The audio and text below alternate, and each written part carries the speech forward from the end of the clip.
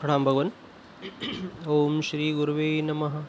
ओम शांति शांति शांति। सांख्योग स्वामी श्री अखंडानंद सरस्वती जी महाराज, page number 75 पर श्रीमद् भगवत गीता के जो दूसरा अध्याय है उसमें जो 13वां मंत्र है, देहिनो अस्मिन् यथा देहे कौमारम यौवनम जरा तथा देहांतर प्राप्तिः धीरः तत्र न मुह्यति। इस मंत्र की व्याख्या चल रही है।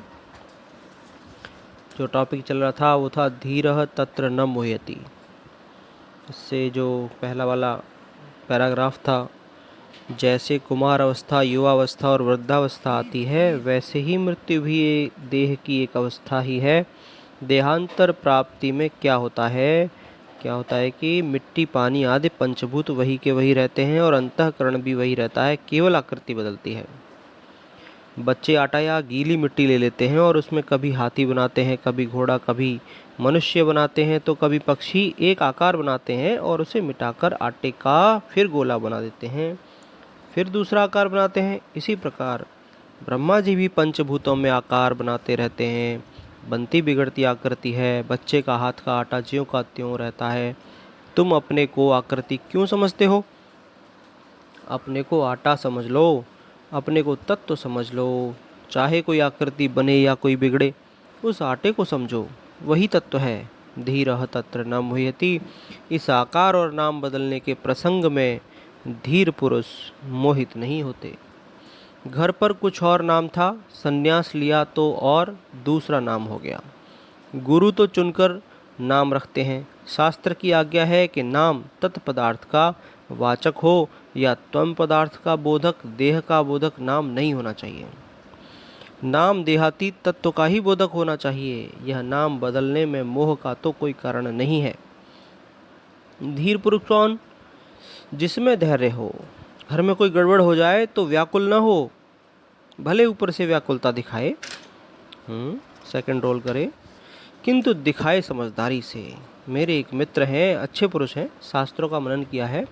उनका पौत्र मर गया तो उन्होंने सिर पीटना, रोना प्रारंभ कर दिया। सब घर के लोग और संबंधी उनको समझाने में लग गए कि आप तो महात्मा हो, ज्ञानी हो, आपको शोक नहीं करना चाहिए। वे थोड़ी देर रोते रहे, फिर बच्चे का शव ले गए, उसे गाड़ दिया गया। अब लौटे तो उनसे एकांत में मैंने पूछा, सचमुच तुम्हें इतना शोक था? वे बोले, स्वामी जी, मैंने तो यह युक्ति की थी, यदि शोक न करता तो दूसरे सब रोते चिल्लाते और मुझे ही सबको समझाना पड़ता। मृत्यु अवश्यम भावी है, देह नश्वर है, आदि बातें सब के सब दोहराते दोहराते मैं तंग आ जाता। मैं रोने लगा, अज्ञानी बन गया, तो दूसरे सब ज्ञानी बनकर मुझे समझाने लगे। इस प्रकार वे सब लोग शोक के आक्रमण से बच गए और मैं उनको समझाने के झंझट से बच गया। इस प्रकार कोई अभिनय भी करना हो तो अपने भीतर धैर्य बनाए रखो। धीर पुरुष को चाहिए कि घर में सब भोजन कर चुके, नौकर भी खा चुके, तब खाएं। इससे कभी कभी उसको उपवास करना पड़ेगा, किंतु घर में अन्न का अभाव कभी नहीं होगा। सबके लिए कपड़े सिल बन जाएं, तब अपने लिए बनवाएं। दूसरी सुविधाएं भी तब स्वीकार करें जब घर के सब लोगों को मिल जाएं। और जहां परिश्रम करने की बात हो, कष्ट उठाना हो, विपत्ति झेलनी हो, वहां सबसे पहले आगे बढ़े। ऐसा होने पर परिवार में झगड़ा कभी नहीं होगा, घर में सुख शांति बनी रहेगी। वाह, ये तो हमारे गुरुजी ऐसे ही बताते हैं और करते भी हैं। विकार हेतु सत्य विक्रियन्ते येषाम न चेतांसे त एव धीराः। अभिज्ञान शाकुंतलम से है। विकार हेतौ सति विक्रियन्ते येषाम न चेतांसे त एव धीराः। काम, क्रोध, लोभ, मोह, शोक आदि के निमित्त उपस्थित होने पर भी जिनके चित्त में विकार नहीं आता, वही धीर पुरुष हैं। ये एक सुविचार है, अलग से भेजते हैं गुरुजी। वृंदावन में एक बार एक भूमि से मिट्टी लेनी थी। एक आश्रम को मिट्टी लेने वाले गए तो जिनकी भूमि से कुछ लगाव था, वे मना करने लगे। दोनों ओर से बात बढ़ गई, मारपीट होने को तैयारी हो गई।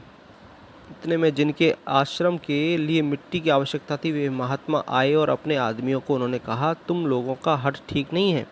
ये लोग जहाँ जहाँ से बताएं वहाँ से मिट्टी ले लो, बस झगड़ा मिट गया।